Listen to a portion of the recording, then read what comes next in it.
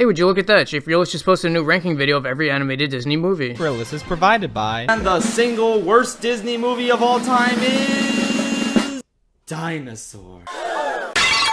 Every single time I see people talking about how much they love this movie. Not even 5 minutes into this 2-hour video, my heart was broken. I don't ever take other opinions seriously, but for some reason, this felt personal. I was angrily disputing everything in my head as you were saying it. I've been looking for an underrated movie that I love to talk about on this channel for a while, and halfway through your rant, I decided I was gonna make a review just to prove you wrong when you said this. Want to go ahead and write your own video essay on why Dinosaur is an underrated masterpiece? And if you send it to me and I think it's well made enough, I'll go ahead and promote it on my channel's community tab. I swear to God, you were speaking directly to me, and I knew I was put on this earth to explain to the world why Dinosaurs is one of the best movies ever made. Before I go through the movie, I just want to address some critiques that Schaffrillas made. I adored it growing up, or I've always loved this movie and always will. So, I'll give him this. He's right that I would call myself a dinosaur kid growing up, and nostalgia does play a huge part in this movie's community. But I still believe this movie's objectively great and holds up. I also believe I have a good understanding of the criticisms made towards this movie. As growing up, I had a younger sister who always hated when I put on Dinosaur, forcing me to defend this film my entire childhood. The one critique I hear from her and everybody else who dislikes this film is that they're just walking! It's just dinosaurs walking to a place for 80 minutes! It's so boring! Been on trial for that my entire life. And although there are some pacing issues and the story and character are a little weak, the visuals and sounds and stakes still draw you into this world and allow you to sympathize for the dangers our characters find themselves in. Most of the dialogue and story is simple, as it's just verbally telegraphing the natural actions of these dinosaurs. I don't see these dinosaurs much as characters with deep-seated emotion, but more as animals who are just acting off their pure instinct. Character models and a lot of the environments just look like complete shit. And although a lot of the CGI is dated, I still think the special effects hold up great. And the dinos can look incredibly real with this right angle and the right lighting. So what we're gonna do now is briefly go through the movie and highlight what makes this movie so underrated. The movie opens up really strong, drawing you into the world right away. As Schaffrillas said, the opening 7-minute sequence with no dialogue is really strong. You can mistake the first 7 minutes as a nature documentary, watching dinos live out their daily lives as we pan through the beautiful landscape, with the grand soundtrack playing in the background. And I would put the theme of this movie in the ranks of that of Star Wars or Harry Potter. Newton Howard's score is excellent. The stakes are set right away with the terrifying introduction to our main villain, as we see the danger the carnivores pose on full display, brutally devouring a straggling dinosaur. Showing us the consequences of being left behind, the carnivores are very intimidating villains, having a very scary design that terrified me as a kid, and still do to this day. I think it was a smart choice not to have the carnivores speak, as it highlights how these creatures are acting off a pure animal instinct. I always found Aladar to be a really likable protagonist, as a very relatable everyman who's just trying to do the right thing. Do you seriously consider Aladar to be one of the best Disney protagonists? We're able to connect with him through his love of old people and children. I do admit it's a little off-putting the first time you hear the animals speak, but you quickly get used to it. I would have much rather preferred they didn't speak through the entire movie, but it could be worse. We also meet his monkey family who act as side characters in the heart of the film. All the monkeys are pretty great except for one exception. Oh, baby!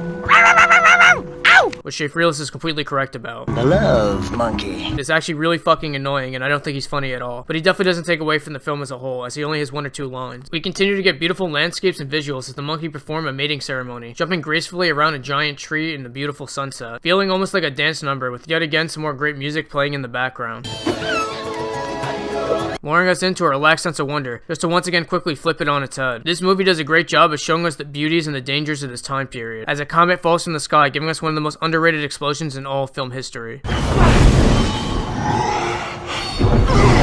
Watching the impact from the explosion throw our characters back, it really sells the impact of how big this explosion is. The explosion is so big and crazy that Michael Bay would be jealous.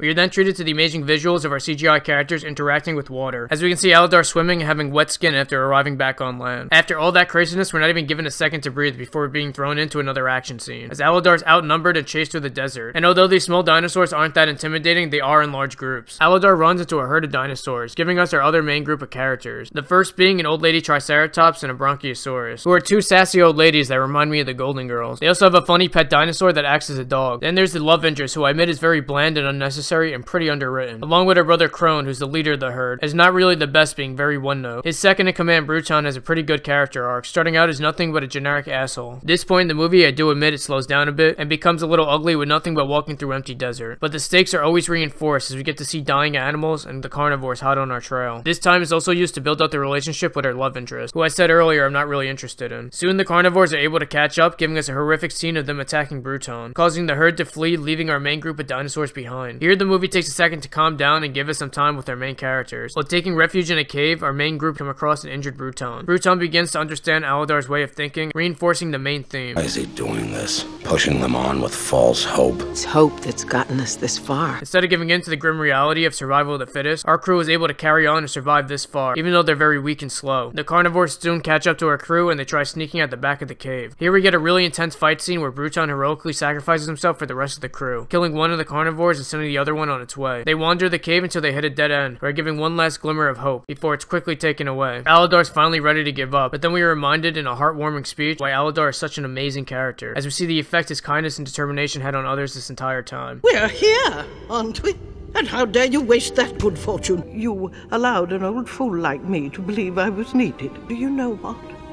You were right. Refusing to give up, Baleen stands on her two legs and begins to knock down the wall, inspiring all the others to join in. And it's a really cool moment to see just the scale of these animals and how massive they really are. They knock down the wall and the screen turns to white, signaling that they made it to paradise, as they're rewarded for their troubles as they finally arrive safe at the nesting grounds. But upon arriving, they realize the old pathway the herd is heading towards is blocked off. Aladar once again proves why he's such a great character as he decides to be completely selfless, risking his own life and leaving paradise in order to help the herd. Aladar arrives at the herd and tries to convince them to follow him, leading to a fight between him and Crone. After Mira breaks up the fight and sides with Aladar, all the other dinos fall in line, following Aladar to the other entrance, when suddenly they're cut off by the other carnivore. Crone starts to climb towards the old broken path, but Aladar encourages the others to stick together. This works and the carnivore leaves the herd alone, now heading towards the alone Crone, with Mira and Aladar chasing after him in order to help, leading to Crone's death and the carnivore falling off a cliff. And the movie ends with everybody safe in the nesting ground as Aladar and Mira have babies together, giving us a satisfying ending to a great movie. There you go, that's why I think Dinosaur is such an underrated movie and deserving of some praise. Did I change your mind, Schaffrillas? Please let me know. Thank you for watching, I hope you enjoyed. Stay tuned for my other movie reviews, and if you enjoyed this video and want to support, you can help by donating through the thanks button down below. It really helps with the channel and it's much appreciated. Shout out to Jane Creek, thank you so much my friend for your donation, and Merry Christmas to you as well.